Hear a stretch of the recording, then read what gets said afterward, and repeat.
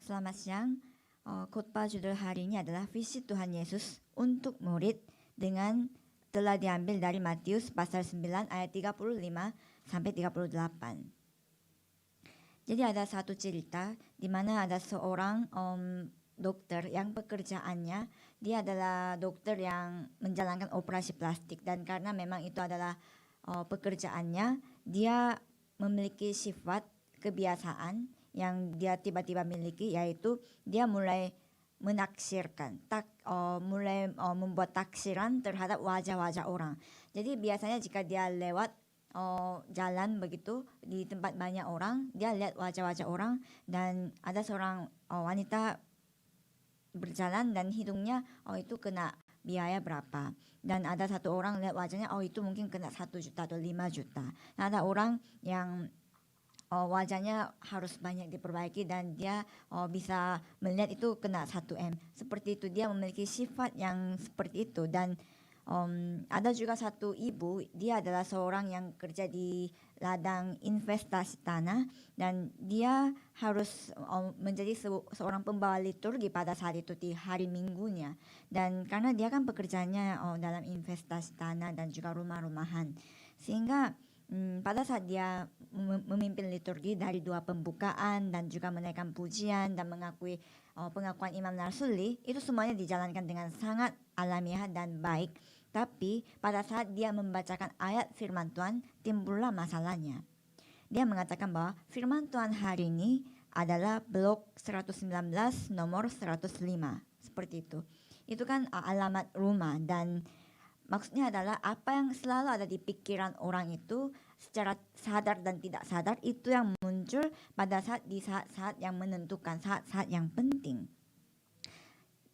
Di hari-hari biasa kita berpusat pada apa, dan perhatian kita itu ada di mana. Itu yang menggantungkan apa yang kita akan katakan dan tingkah laku kita.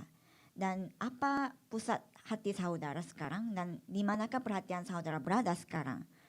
Mungkin saudara mengatakan, pendeta, saya sekarang hidup di keadaan ini saja sudah susah karena pandemi Corona 19 ini. Apalagi saya harus memikirkan gereja. Mungkin saudara bisa berpendapat seperti itu. Tetapi ketahuilah bahwa kehidupan umat Kristen yang baik tidak boleh terikat dengan pendahuluan-pendahuluan seperti ini.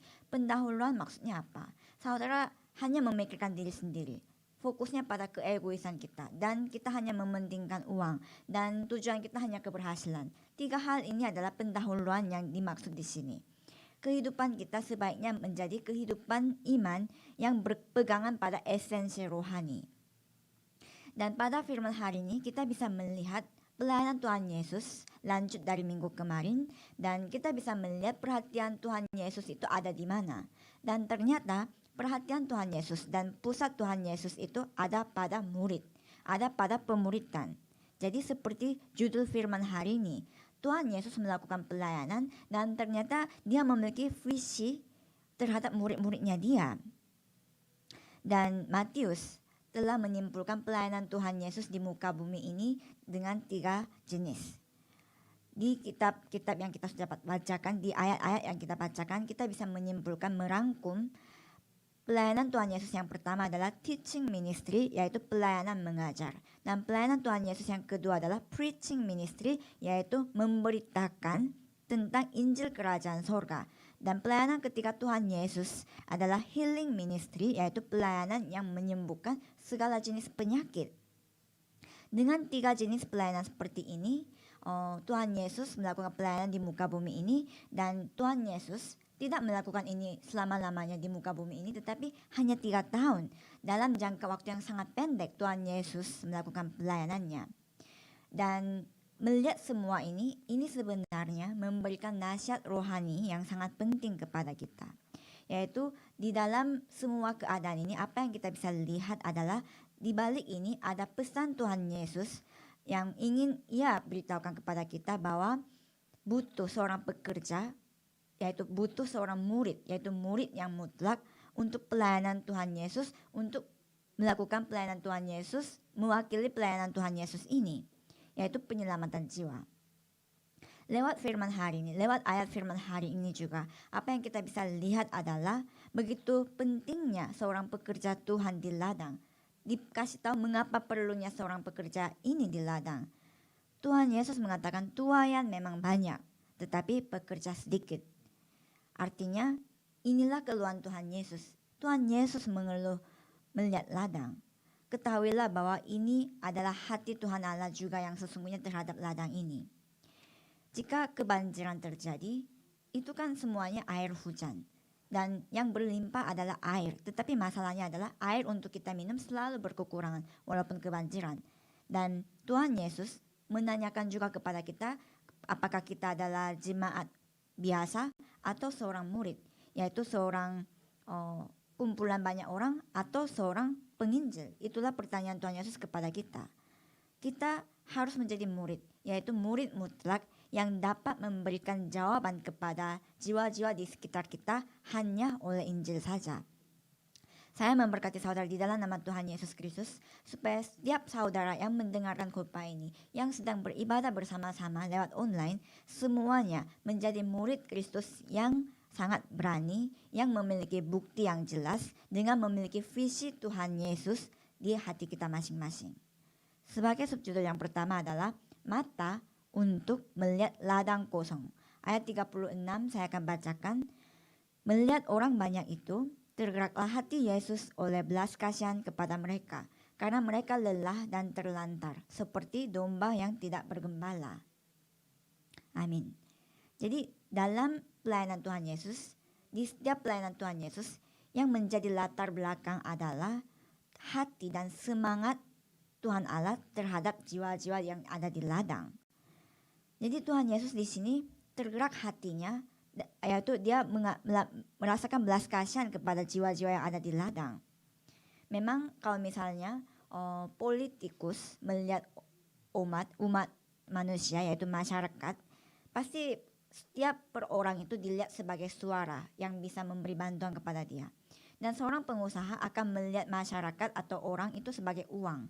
Dan seorang dokter akan melihat setiap orang itu sebagai pasien. Tetapi pada saat Tuhan Yesus melihat orang per orang, setiap orang, Tuhan Yesus melihat mereka sebagai orang yang dikasihani, orang yang harus dibelas kasihan. Jadi itulah konsep Tuhan Yesus terhadap jiwa-jiwa seperti ini. Dan dalam bahasa Yunani, belas kasihan di sini sebenarnya adalah splankenijomai, dan ini dari bahasa Yunani, dan sebenarnya daripada konsep mengasihani ada makna yang lebih kuat. Ini memiliki makna bela rasa. Ini seakan-akan perasaan seorang ibu terhadap anaknya yang lahir dari rahimnya sendiri. Begitulah perasaan kuat yang Tuhan Yesus miliki kepada jiwa-jiwa di sekitar. Pada saat Tuhan Yesus melihat jiwa-jiwa yang ada di ladang tersebut, isi hatinya begitu gelisah dan cemas, sampai-sampai kesedihan atau kemarahan yang dia miliki itu sangat besar karena susah untuk ditahan. Jadi begitu dia menderita melihat keadaan jiwa-jiwa yang di sekitarnya.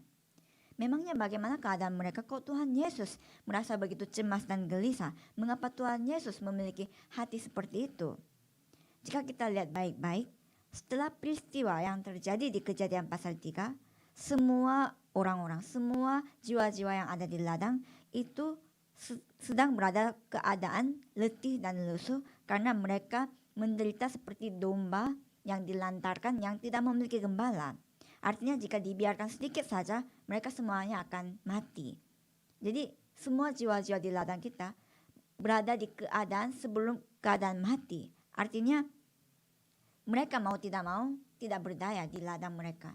Walaupun kelihatannya baik, tetapi batinnya mereka, isi hati dalam mereka, keadaan yang sudah hampir binasa. Dan inilah pandangan Tuhan Yesus juga terhadap bangsa Israel pada saat itu. Dan seekor domba tanpa gembala, dan semua domba-domba tanpa gembala, jika tidak ada gembala, apa yang terjadi adalah mereka kehilangan arah.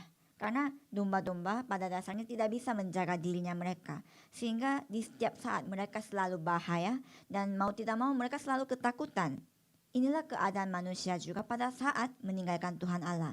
Memang secara luar kelihatannya tidak ada masalah apapun.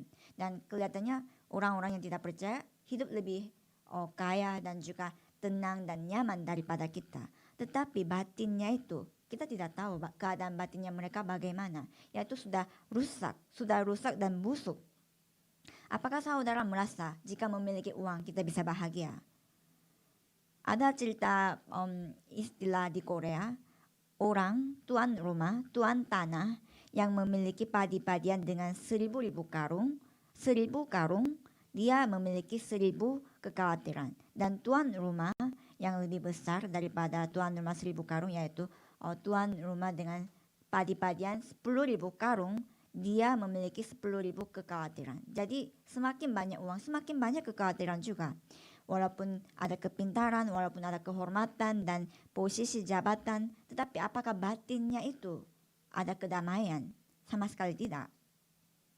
Ada masalah rohani yang seketika tiba-tiba timbul dalam kehidupannya. Dia harus berhadapan dengan masalah rohani itu, dan semua jiwa-jiwa di luar sana mereka kena masalah rohani ini tanpa persiapan apapun, sehingga kehidupannya menjadi hancur tiba-tiba. Dan semua manusia itu sama seperti domba, harus bertemu dengan seorang gembala yang sejati untuk ada kebahagiaan juga, baru bisa merasakan, menikmati kedamaian, ketenangan sejati. Ayat 37 saya akan bacakan sampai 38. Maka katanya kepada murid-muridnya, tuaian memang banyak, tetapi pekerja sedikit. Karena itu mintalah kepada Tuhan yang empunya tuaian, supaya ia mengirimkan pekerja-pekerja untuk tuaian itu. Amin. Jadi Tuhan Yesus melihat jiwa-jiwa itu hidup di tengah peristiwa Kejadian pasal 3, melihat jiwa-jiwa itu sedang menderita, sedang gelisah, sedang takut tanpa gembala seperti domba. Dia mengasihani mereka. Tetapi ada hal yang Tuhan Yesus keluhkan. Tuhan Yesus mengeluh, bukan hanya melihat jiwa-jiwa. Dan itu adalah tidak ada pekerja yang bisa melemparkan tali hidup kepada mereka, tali hidup sejati. Artinya begitu banyak ladang yang kosong, tempat yang kosong, tetapi tidak ada pekerja untuk diutus ke tempat-tempat kosong itu. Dan khususnya bukan seorang pekerja. Tuhan Yesus mengeluh karena tidak ada pekerja sejati. Mungkin pekerja bisa dicari juga, tetapi tidak ada pekerja sejati. Apa maksudnya? Tuhan Yesus sedang mengeluh dan sedih karena tidak ada murid yang terbuka mata rohaninya. Karena jika kita benar-benar tahu apa itu Injil, jika kita menyadari apa itu Injil sesungguhnya, pasti dia tahu juga apa yang terjadi pada saat tidak memiliki Injil. Dengan begitu, pasti orang tersebut akan memberitakan Injil kepada jiwa-jiwa di sekitarnya. Sama seperti di kehidupan Tuhan Yesus pun, di tengah masa Tuhan Yesus pun. Pada saat itu ada imam besar dan juga imam-imam yang terkenal pada saat itu. Tetapi di saat keadaan mereka di mana mereka dijajah oleh Roma, terkait dengan semua wewenang dan juga konspirasi yang terjadi, para imam besar dan juga imam-imam mereka begitu sibuk untuk mencari keuntungan mereka masing-masing. Memang ada para panitera yang meneliti hukum Taurat dan juga banyak orang Farisi yang percaya kepada Tuhan Allah dengan sangat kuat, sebanyak 6.000 pula. Tetapi walaupun orang Farisi memiliki makna orang yang telah dipilih, tetapi mereka tidak seperti apa yang mereka, tidak seperti nama panggilan mereka, tidak seperti sesuai dengan nama yang diberikan. Yaitu memang mereka begitu tidak bisa disaingi tentang hukum Taurat dan dengan kekudusan mereka, tetapi tidak di mata Tuhan Yesus. Mungkin bangsa Israel melihat orang Farisi ini sebagai gembala bagi mereka, tetapi dari sudut pandang Tuhan Yesus, orang Farisi ini sama sekali bukan seorang gembala sejati bagi bangsa Israel. Lukas pasal 6 ayat 39, Tuhan Yesus melihat para gembala-gembala palsu dan mengekspresikan bahwa dapatkah orang buta menuntun orang buta? Bukankah keduanya akan jatuh ke dalam lubang? Inilah keadaan pada saat itu sehingga Tuhan Yesus mengeluh, dan untuk itulah juga kita harus buka mata rohani kita. Jika kita sesungguhnya menyadari apa itu Injil sejati, dan jika kita tahu apa yang menjadi persoalan di muka bumi ini, kita akan benar-benar tahu juga apa amanat kita di muka bumi ini. Jika saudara benar-benar memiliki jawaban atas Injil yang saudara miliki, saudara sebenarnya akan memiliki satu perasaan marah atau murka terhadap ladang-ladang di luar sana, di bumi ini, yang sekarang menjadi tempat yang kosong, ladang yang kosong, dan ladang yang penuh bencana, penuh dengan malapetaka. Karena jiwa-jiwa di luar sana semuanya ditipu oleh setan, iblis, menjadi kacau balau karena setan iblis ini. Sehingga sebenarnya jika kita tahu Injil ini dengan sesungguhnya, kita akan memiliki semangat untuk mau menyelamatkan mereka. Untuk itu saya harap supaya saudara dapat memegang perjanjian Allah dengan baik. Ada seorang wartawan koran menulis wartawan dan menulis buku, dan buku itu berjudul Pada Saat Upacara Wisuda Sekolah Harvard Tidak Turun Hujan. Itulah judulnya. Ini didasari dengan cerita-cerita murid-murid Harvard yang diinterview, dan juga bagaimana wartawan ini menginterview murid-murid ini. Jadi intisari dari buku ini adalah menceritakan tentang pendirian, ketetapan hati, dan kepercayaan diri oleh murid Harvard, dan juga tentang cara belajar mereka dan juga harapan mereka. Dan jika membaca buku ini, hal yang ditekankan itu satu hal, yaitu dari manakah kekuatan murid-murid Harvard ini dia dapatkan. Dan lewat buku ini juga kita bisa temukan jawabannya. Para murid-murid Harvard, sekolah Harvard ini memperoleh kekuatan, dan kekuatan itu datang dari cara pikir yang berbeda dengan orang lain. Jadi ciri-ciri anak-anak Harvard di sini adalah ciri-ciri belajarnya mereka adalah mereka selalu memiliki alternatif yang berbeda, yang lebih kreatif, yang melampaui pemikiran orang lain. Mereka belajar untuk hal itu, sehingga apa yang orang lain tidak tahu, apa yang orang lain tidak dapat pikirkan, dan alternatif yang orang lain tidak pernah pikirkan, itu yang mereka tahu, mereka miliki, dan itulah perhatian mereka. Dan itulah yang menjadi kekuatan Universitas Harvard ceritanya. Lewat khutbah hari ini, Tuhan Yesus memberitahukan bahwa dengan hukum Taurat yang sudah ada, dengan legalisme yang sudah ada, yang orang Yahudi miliki, itu tidak bisa kita selamatkan jiwa-jiwa di sekitar kita. Memang sudah ada doktrin dan juga prinsip-prinsip di dunia ini, tetapi dengan itu kita tidak bisa menyelamatkan jiwa-jiwa.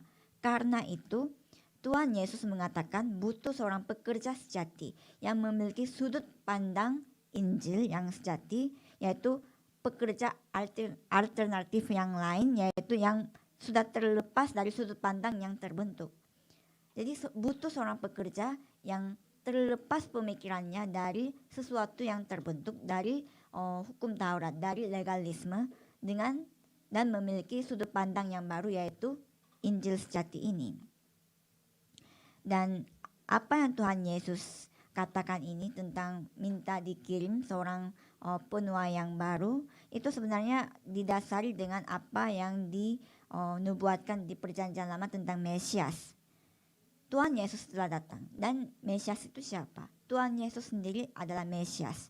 Dan karena ini adalah masa Mesias, butuh seorang pekerja yang baru, yang memiliki mata yang baru, yang layak di masa Mesias ini. Kan sebelumnya belum datang Mesias. Berarti sebelum Mesias belum ada, butuh pekerja yang sesuai dengan keadaan itu. Tapi karena Mesias telah datang, karena Kristus yang ditunggu-tunggu itu sudah datang, sekarang butuh seorang pekerja yang memiliki sudut pandang yang baru, yang layak dan sesuai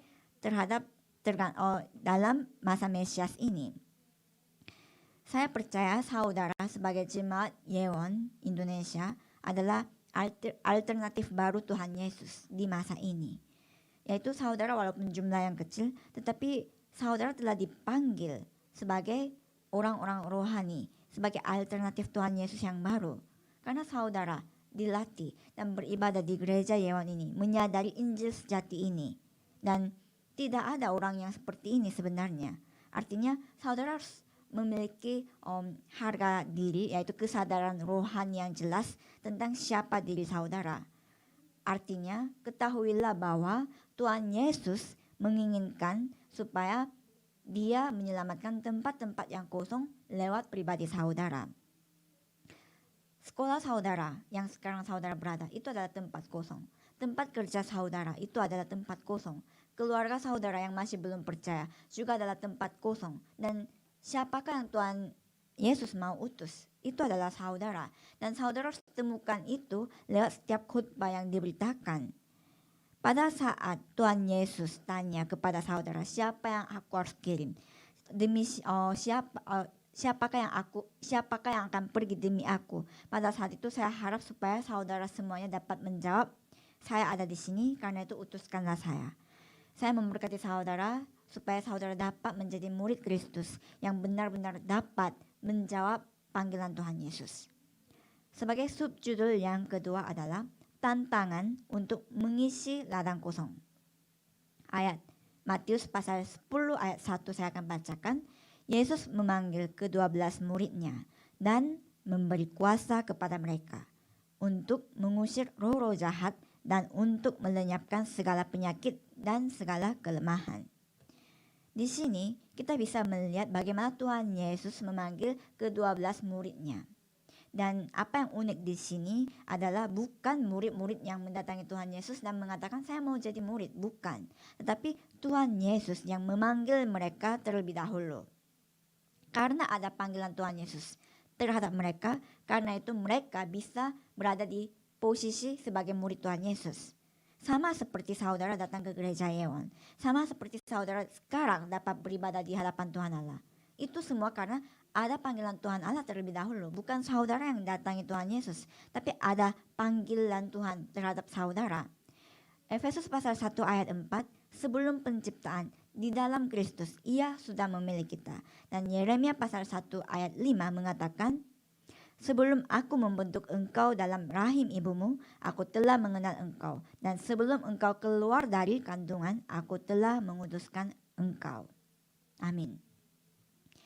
Ini adalah ayat firman di mana kita bisa melihat anugerah yang luar biasa yang Tuhan Allah sudah berikan kepada kita. Jika saudara dapat merasakan pendapat Tuhan Allah terhadap saudara, mungkin sebenarnya saudara tidak bisa komplain dalam hidup iman saudara. Karena tidak ada alasan bagi kita untuk goyah. Karena ada anugerah khusus yang Tuhan Allah sudah berikan kepada kita. Sudah diberikan. Khususnya anugerah yang khusus ini adalah kehidupan untuk menikmati kebersamaan dengan Tuhan Allah setelah menyadari Injil sejati ini. Ada berkat kekekalan yang sudah diberikan kepada saudara di tengah muka bumi ini.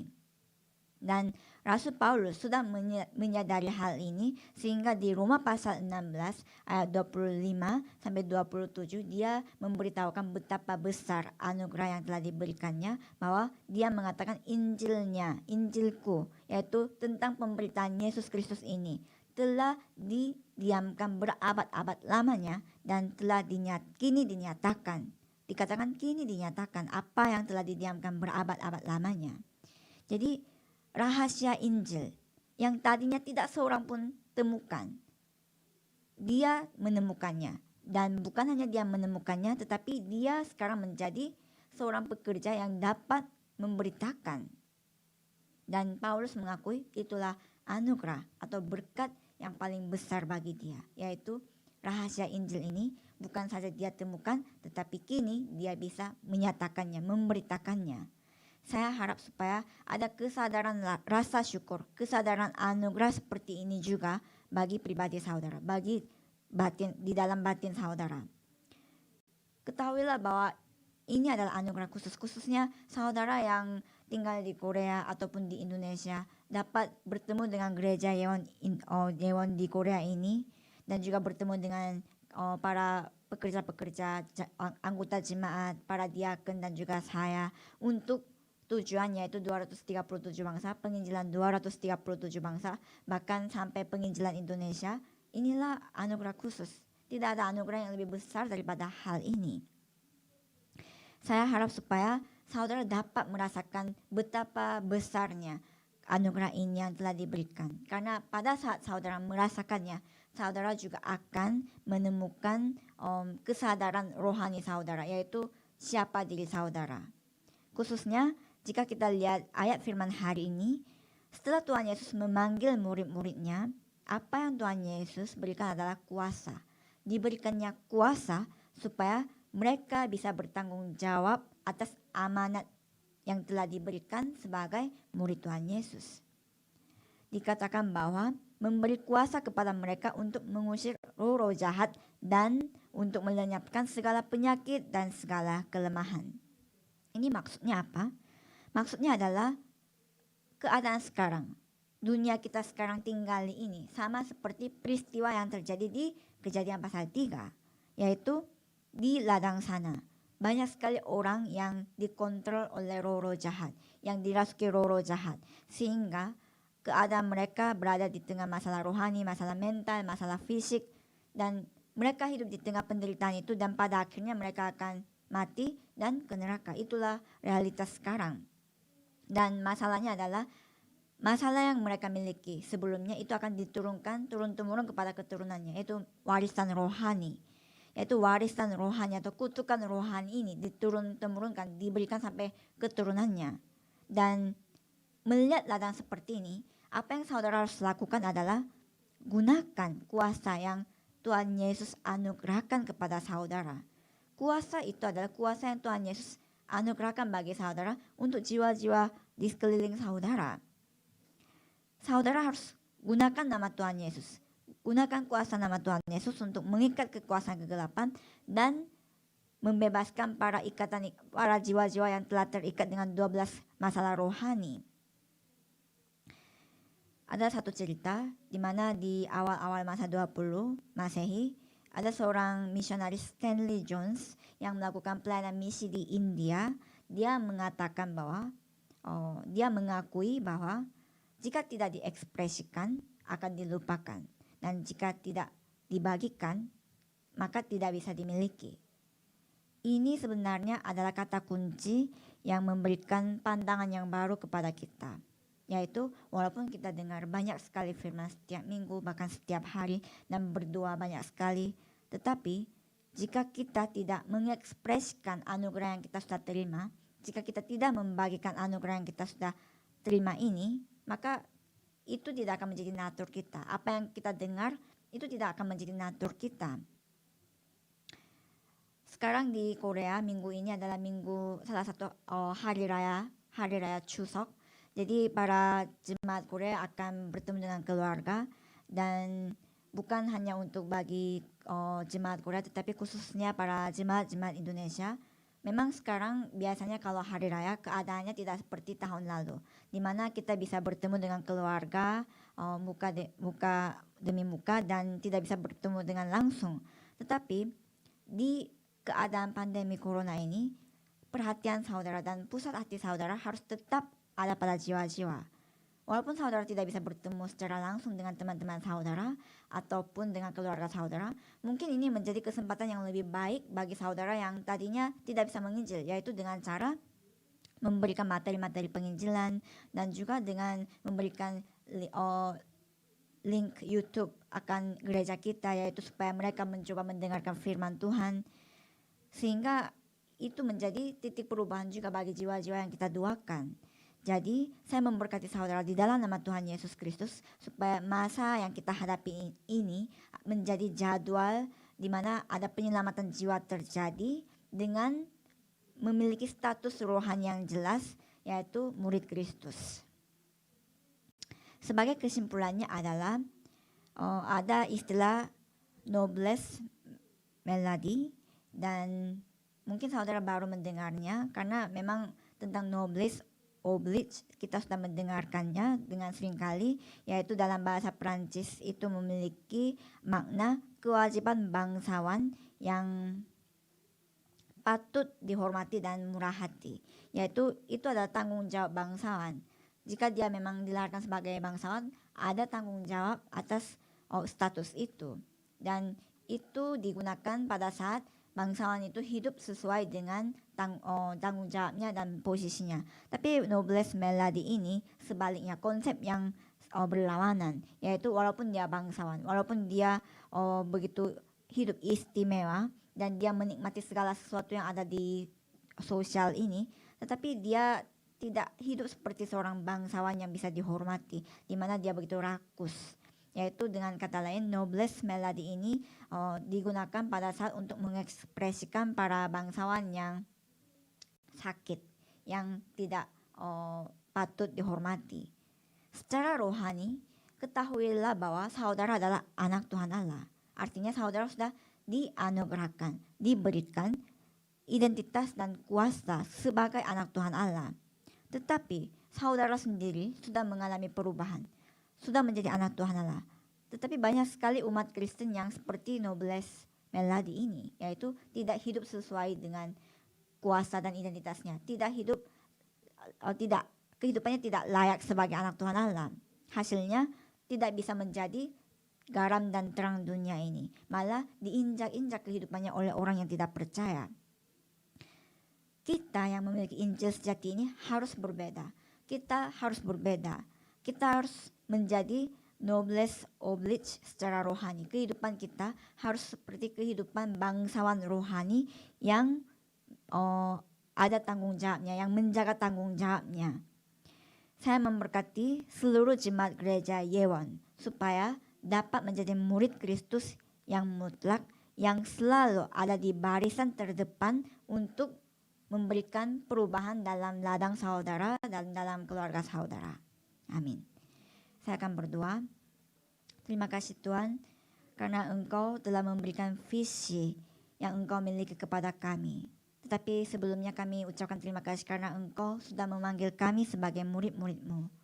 Kami mau melihat anugerah yang Engkau sudah berikan itu dalam hidup kami. Nyatakanlah anugerah itu dalam hidup kami. Bukakanlah mata rohani kami supaya kami dapat melihatnya. Supaya ada rasa syukur atas keselamatan yang kita sudah terima. Supaya kami dapat hidup sebagai nobles oblige secara rohani, yaitu menyelamatkan jiwa-jiwa di sekitar kita, yaitu kita pergi ke tempat-tempat yang kosong dan mengisi tempat-tempat yang kosong itu sesuai visi yang Tuhan Yesus berikan kepada kami.